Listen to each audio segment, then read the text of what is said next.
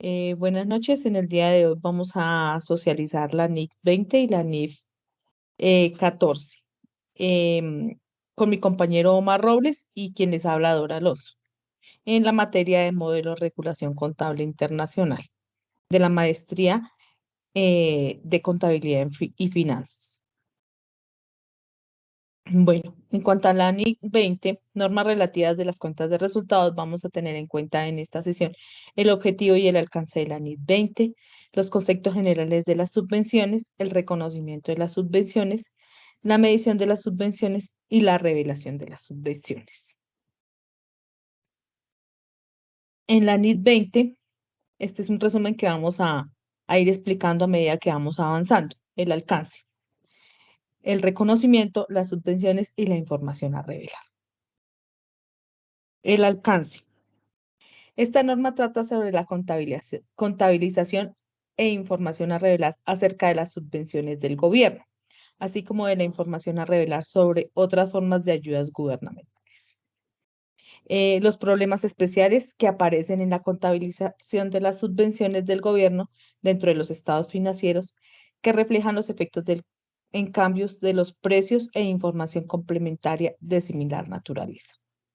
Las ayudas gubernamentales que se conocen de la empresa en forma de ventajas que se materializan al calcular los resultados a efectos fiscales y bien determinan o limitan sobre la base de las obligaciones fiscales. Y las participaciones del gobierno en la propiedad de la empresa. Las subvenciones del gobierno cubiertas por la NIT 41, que son las de la agricultura. Vamos a tener en cuenta las definiciones para poder entender mejor la NIC. ¿Qué es gobierno? Se refiere al gobierno en sí a las agencias gubernamentales y organismos similares, ya sean locales, regionales, nacionales o internacionales. Son acciones realizadas por el sector público con el objeto de suministrar beneficios económicos específicos a una entidad o tipo de entidades seleccionadas bajo ciertos criterios. Las subvenciones del gobierno. Ayuda gubernamental en forma de transferencias de recursos a una entidad a cambio de algún cumplimiento pasado o futuro de ciertas condiciones relacionadas con las actividades de operaciones de la entidad. En otras definiciones también tenemos subvenciones relacionadas con los activos. Estas subvenciones del gobierno cuya concesión implica que la empresa beneficiaria debe comprar, construir o adquirir cualquier otra forma de activos fijos. Pueden también establecer condiciones adicionales restringiéndose a tipo o a emplazamiento de activos o bien los periodos durante los cuales han de ser adquiridos o mantenidos. Las subvenciones relacionadas con ingresos.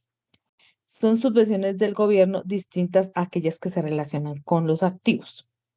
Los préstamos condonables son aquellos en el que el prestamista se compromete a renunciar al reembolso bajo ciertas condiciones establecidas. Y el valor razonable es importante por el cual se puede el intercambio de un activo entre un comprador y un vendedor interesados y debidamente informados que se realizan una transacción libre. Bueno, aquí vamos a explicar las subvenciones del gobierno. Las subvenciones del gobierno deben reconocerse como ingresos sobre una base sistemática a lo largo de los periodos necesarios para compensarlas con costos relacionados. Lo recibido por concepto de tales subvenciones no será acreditado directamente al patrimonio neto. Tenemos tratamiento de las subvenciones relacionadas con los ingresos. Se presenta a veces como un ingreso más en la cuenta de resultados, ya sea como rúbrica separada o bajo la denominación general de tales como otros ingresos. Devolución de la subvención del gobierno. Tendrá como contrapartida, en primer lugar, cualquier importe diferido, no amortizado, contabilizado en relación a la subvención, en medida que el reembolso supere la cuantía diferida. O esta, si no existiese el reembolso, se reconocerá inmediatamente en el resultado del periodo. Las subvenciones no monetarias del gobierno, tales como los terrenos u otros recursos para la empresa. Tratamiento de las subvenciones relacionadas con los activos. La adquisición de activos y recepción de las subvenciones relacionadas con ellos pueden originar importantes movimientos en los flujos de efectivo de las empresas. Deben presentarse en el balance, bien reconociéndolas como partidas de ingresos diferidos o bien como deducciones del valor de los activos con los que se relacionan. ¿Qué son las ayudas gubernamentales? Las ayudas gubernamentales revisten múltiples formas, pudiendo variar tanto en la naturaleza de la ayuda proporcionada como en las condiciones referidas para su concesión. Se trata de las acciones llevadas a cabo por el sector público con el fin de proporcionar determinados beneficios económicos a una entidad. Para efectos de la NIT 20, los beneficios se generan a través de acciones indirectas en las condiciones generales del comercio o la industria, como la provisión de infraestructura en zonas de desarrollo o la aplicación como comercial de medidas restrictivas a los competidores. ¿Qué información se revela en esta NIC? Entonces, se revelan las políticas contables adoptadas en relación a las subvenciones del gobierno, incluyendo los métodos de presentación y adoptadas en los estados financieros. La naturaleza y el alcance de las subvenciones del gobierno reconocidas en los estados financieros, así como la indicación en otras modalidades y ayudas gubernamentales de las que se hayan beneficiado directamente las empresas. También las condiciones incluidas y otras contingencias relacionadas con las ayudas gubernamentales que se hayan contabilizado. Aquí vamos a ver un caso práctico. Entonces, el gobierno entrega subsidios al emprendimiento de nuevos negocios que destinen principalmente esfuerzos a contratar la mano de obra. En el sentido, se abre el siguiente subsidio. Se entregan 5 millones a las empresas que tengan productos innovadores. Requisitos: deben tener ventas promedio no mayor a 15 millones y que el proyecto cuente con un ítem de remuneración igual o superior al 50% del total entregado. La empresa se dedica a la producción de aromas florales. Han exportado su producto con éxito, pero actualmente necesitan una máquina para trabajar durante 6 meses para ampliar su línea de productos y cumplir con los requisitos sanitarios exigidos internacionalmente. Entonces, el proyecto de expansión de los productos y mejoramientos sanitarios. Entonces, los detalles: la maquinaria, monto unitario, total. Construcciones sanitarias, lo mismo, el monto unitario y el total. Trabajadores por 6 meses y trabajador por 6 meses. Y el total, todo esto nos da un total de 5.800.000. El gobierno entrega a la empresa el subsidio del 50% al comienzo, 30% a la mitad y 20% al final, pero solicita que cada 3 meses dé un informe de su avance. El subsidio no considera el impuesto al valor agregado del 19%. Desarrollo. Se utiliza el método de renta debido a que el subsidio obtenido tiene relacionado un gasto en el ejercicio. Estos gastos son remuneraciones, construcción y maquinarias. No es apropiado utilizar el método capital. Ese método solo se debe utilizar en caso de subvenciones que no tenga un fin específico. Aquí vemos la contabilización. Entonces está el ingreso, los 2.500.000 al banco, ingresos de subvenciones 2.500.000. Maquinaria, 1.500.000 más el IVA. Contrabancos, 1.785.000. Compra de maquinaria, gastos de construcción, 1.000.000, el IVA más el contrabancos. Gastos de construcción e instalaciones sanitarias. Remuneración, 550.000 pesos y bancos, 550.000. Esta contabilización se debe hacer cada 3 meses, por lo que se decía en el enunciado, que son tres aportes. En este cuadro vemos la maquinaria, lo mismo, 1.500.000, valor total 1.500.000. Las construcciones sanitarias, 1.000.000, 1.000.000 de pesos el total.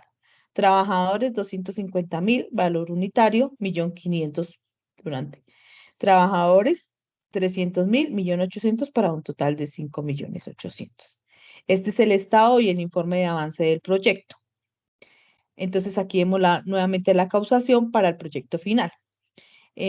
Bancos contra ingreso de subvenciones, ingreso por subvenciones, mitad del proyecto, la remuneración, los 550.000 contra bancos, las remuneraciones mensuales por tres, entonces banco contra ingreso de subvenciones 1.000.000. Ingreso de subvenciones, el final del proyecto. Pues a continuación continúa mi compañero Omar con la NIF 14. Le cedo la palabra.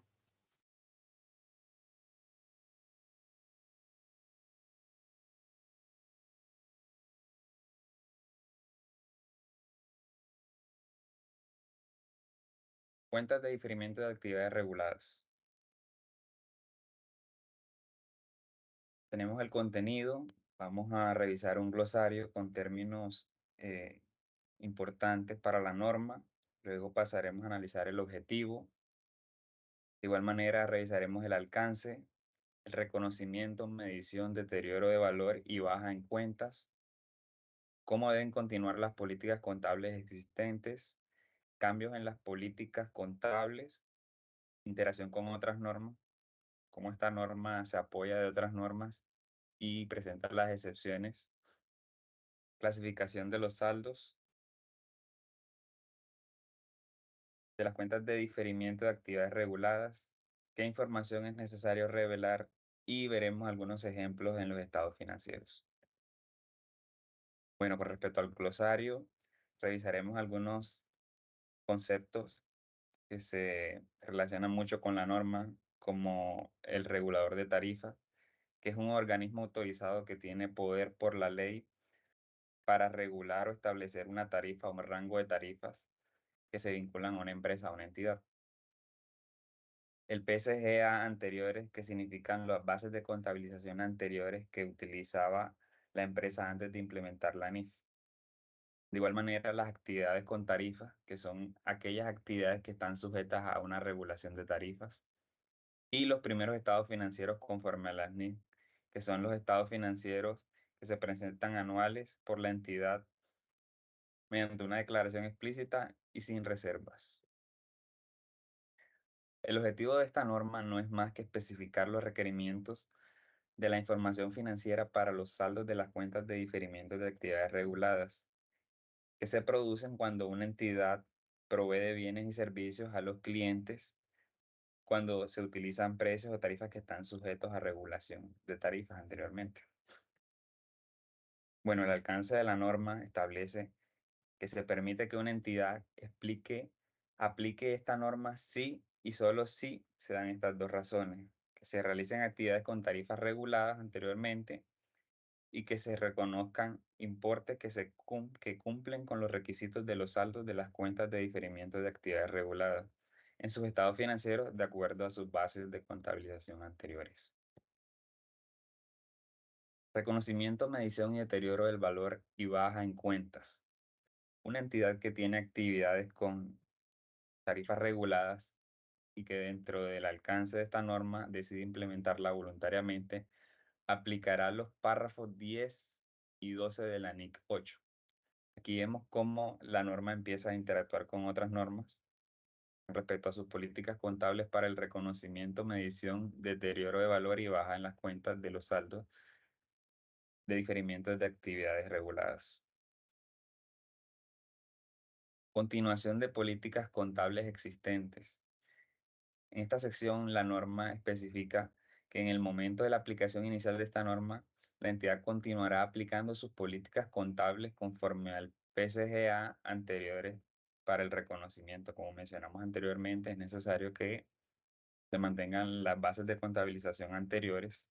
Sin embargo, la presentación de estos importes cumplirá con los reconocimientos de presentación de esta norma, que pueden requerir cambios en las políticas de presentación. Ahora vamos a ver qué cambios se pueden presentar.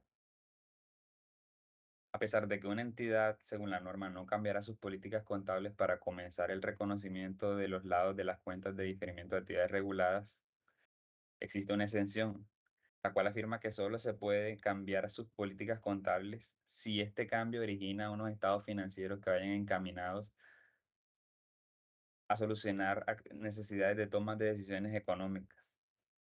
que sean relevantes. ¿Qué quiere decir?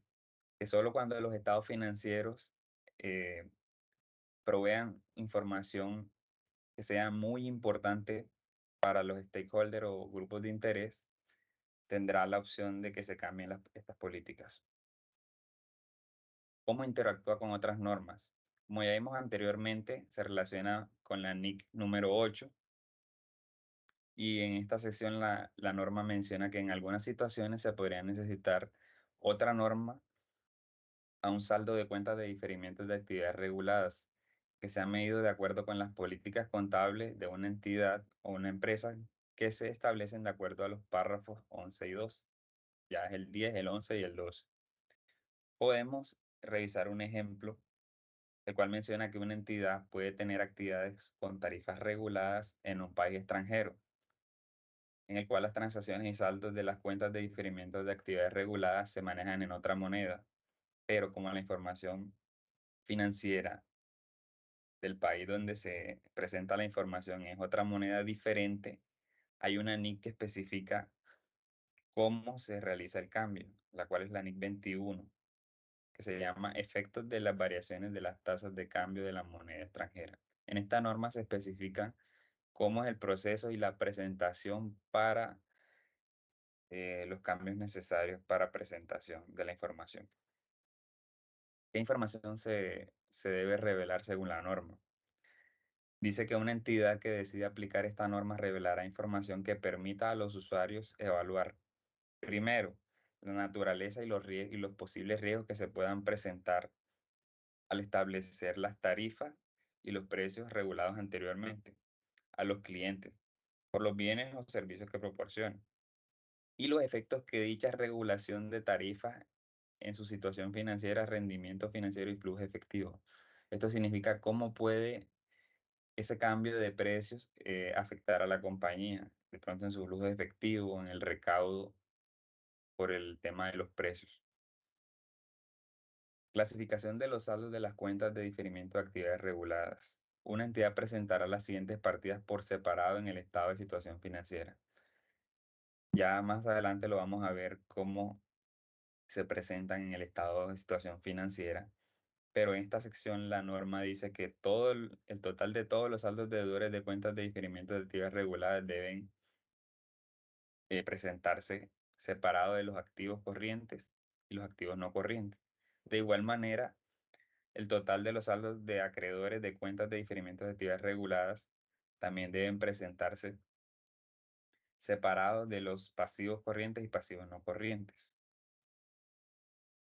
Aquí vemos un ejemplo de estado de situación financiera 31 de diciembre del grupo XYZ, donde podemos observar abajo del total de activos, que son 1.353.550 unidades monetarias.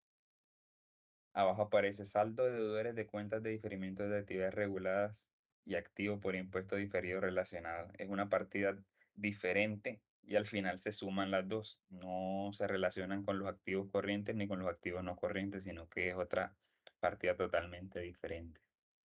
De igual manera, en la sección donde aparece el patrimonio y los pasivos, la estructura financiera de la empresa, vemos los saldos de acreedores de cuentas de diferimientos de actividades reguladas, que son 97.960 para un año y 76.470 para el otro. Y al final se suman con el total de pasivos y patrimonio. La partida se llamará total pasivos, patrimonios y saldos acreedores de cuentas de diferimientos de actividades reguladas. Muchas gracias.